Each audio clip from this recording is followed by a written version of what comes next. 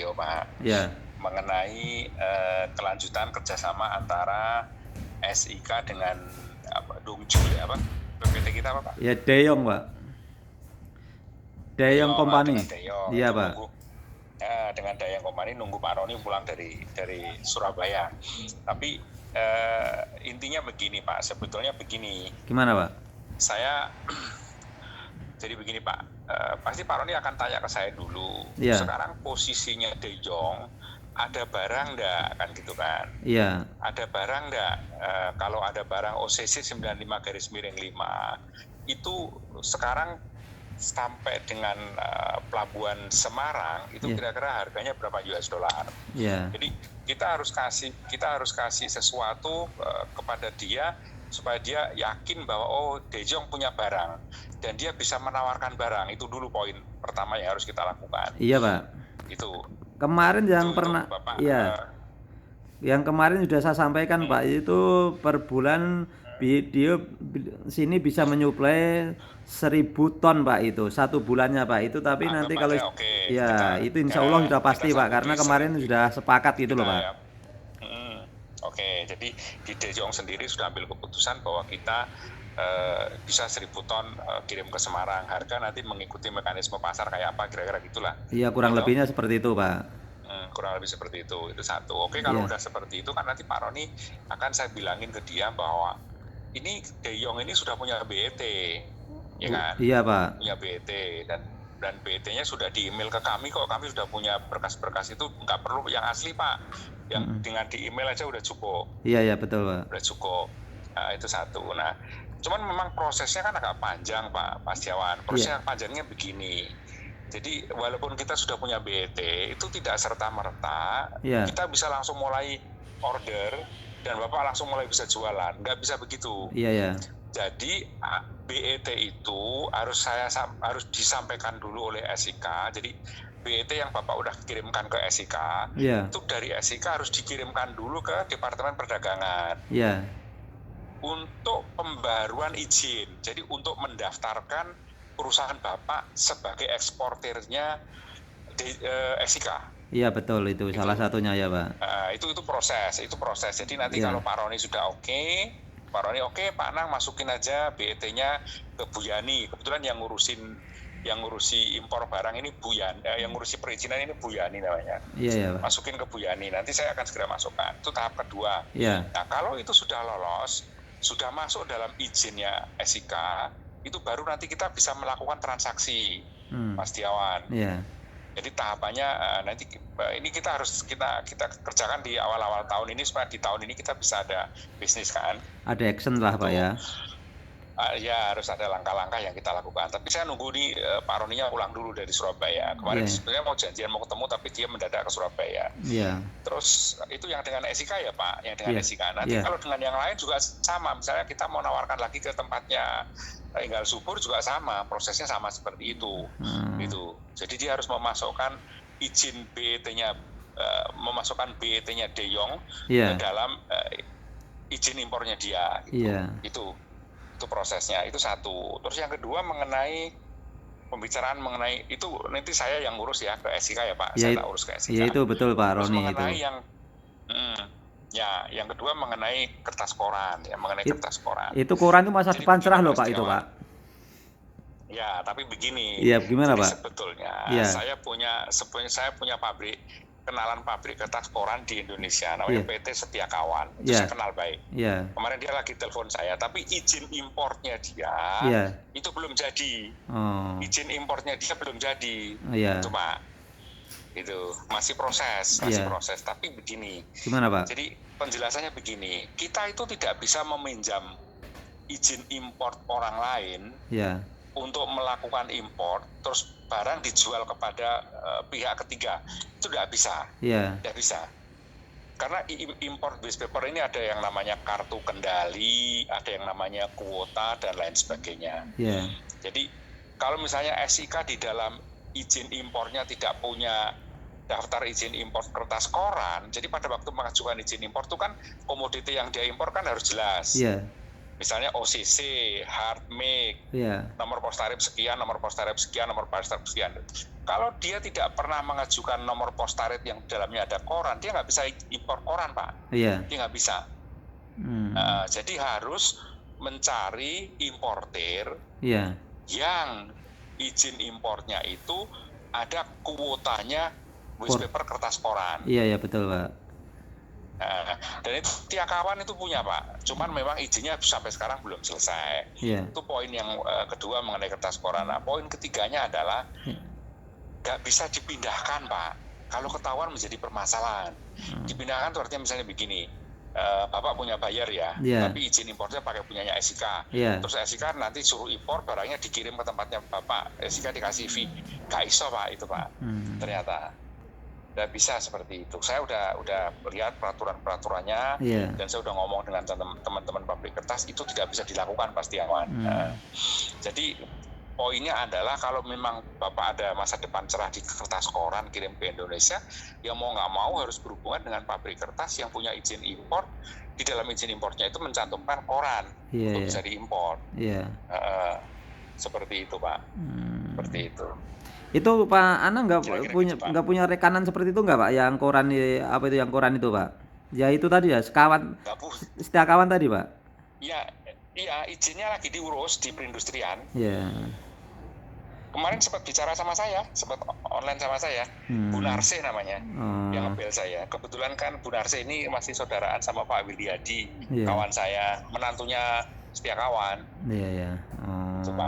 Jadi nanti kalau izin importnya sudah selesai dan dia melakukan impor koran, nanti saya minta nanti kita bisa jalankan lah coba kertas koran itu. Iya, betul Pak. Untuk itu, Pak, sebenarnya gitu, Pak, kalau prosesnya.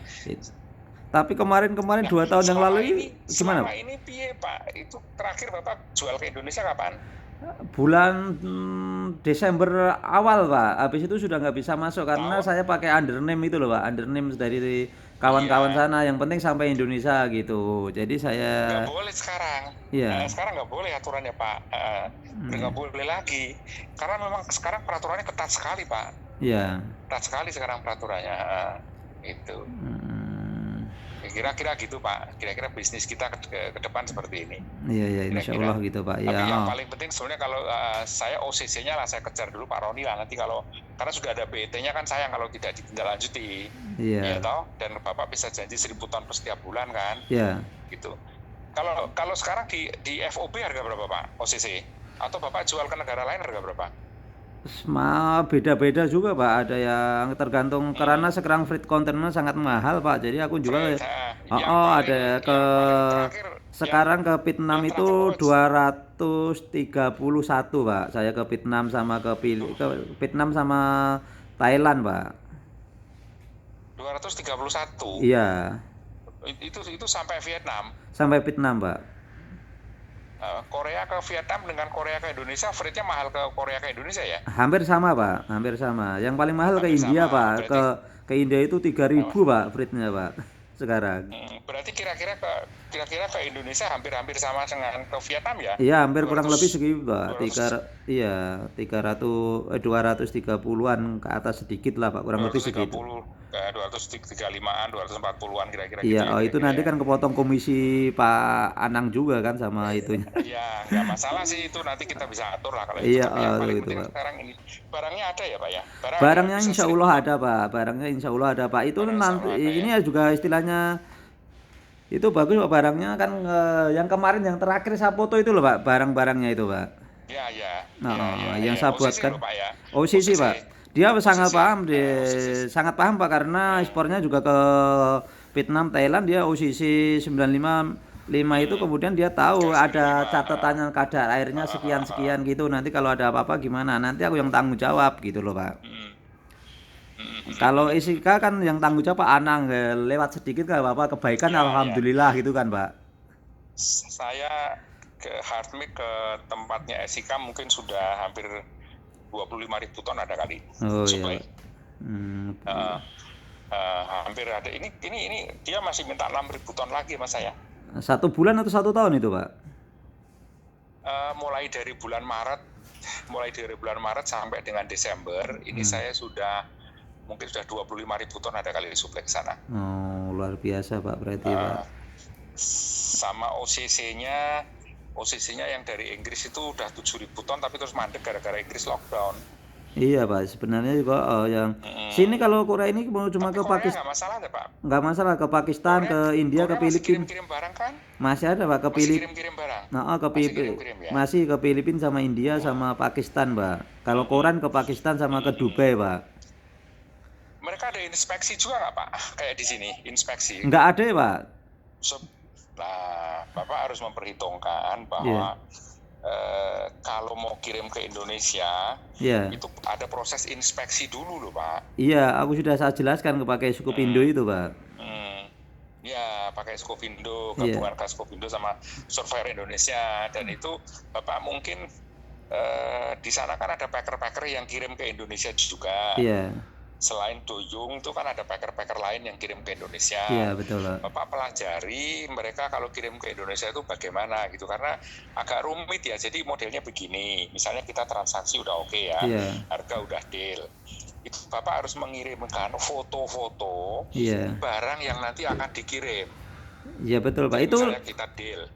Nanti kan itu Pak yang Skopindo itu Pak. Kalau aku ngirim kain itu kan yang di Skopindo itu juga. Jadi setiap roll dia foto Skopindo itu. Setiap lorong dipoto Pak. Kalau kain loh Pak. Karena itu kain. Ya sama. Jadi nanti Bapak kalau misalnya kita udah deal, kita udah oke, transaksi udah oke, PT sudah oke, administrasi semua udah oke, kita transaksi. Iya. OCC misalnya ya, harga udah oke, Bapak harus kirimkan foto-foto ke SIK. Iya betul Pak. Kalau dari foto-foto itu SIK nanti kirimkan ke KSO. Skopindo, KSO itu Skopindo ya Pak. Iya betul, KSO Kerjasama operasional. Iya betul Pak. Skopindo Surveyor Indonesia. Iya. Nah dari KSO nanti dilihat foto-foto itu untuk menerbitkan FO itu. VO betul VO. Verifikasi order. Iya betul Pak. Verifikasi order itu nanti dikirimkan ke perusahaan afiliasi KSO yang ada di Korea. Iya. Nanti perusahaan itu yang akan ditugaskan untuk menginspeksi barangnya Bapak yang mau dikirim. Iya betul itu. Tahapannya gitu Pak, tahapannya. Jadi setelah itu baru nanti kalau udah lolos verifikasi, Bapak baru ke kontainer, baru masukin ke kontainer dan masuk ke kapal dan segala macam dokumen harus dikirimkan ke bank Bapak. Prosedurnya sama lah dengan kain ya. Iya sama Pak. Kalau kain saya kan sering Pak, jadi paham betul kalau di Skopindo itu datanya seperti apa. Nanti habis itu orang Skopindo foto di situ, bawa nomor VO-nya gitu Pak. Benar. Nah, di Korea kan Skopindo juga punya perusahaan afiliasi yang ngecek lah di sana pasti. Iya betul. Nah, satu orang kedatang gitu Pak. Satu orang kadang 2 orang gitu Pak. Iya. Jadi Bapak harus perhitungkan bahwa harga yang Bapak buka itu harus Bapak perhitungkan untuk proses inspeksi di sana itu kan pasti ada biayanya itu. Iya ada biaya semuanya Pak. Iya semua itu. Jangan sampai nanti setelah deal terus Bapak saya masih kena biaya inspeksi lagi, harga berubah lagi kan, nanti ngomel-ngomel lagi ya sih kayak kemarin. Iya. Depending. Iya lah Pak. Iya siap Pak. Kira-kira gitu. Ya. Bapak nunggu perkembangan saya ketemu dengan Pak Roni ya kalau gitu ya. Oke Pak, saya tunggu Pak. Saya akhir minggu ini tak coba saya ketemuan sama beliau. Oke siap Pak. Ya. Mudah-mudahan lancar Pak. Oke terima kasih Pak. Amin. Oke Pak. Oke siap. Terima kasih.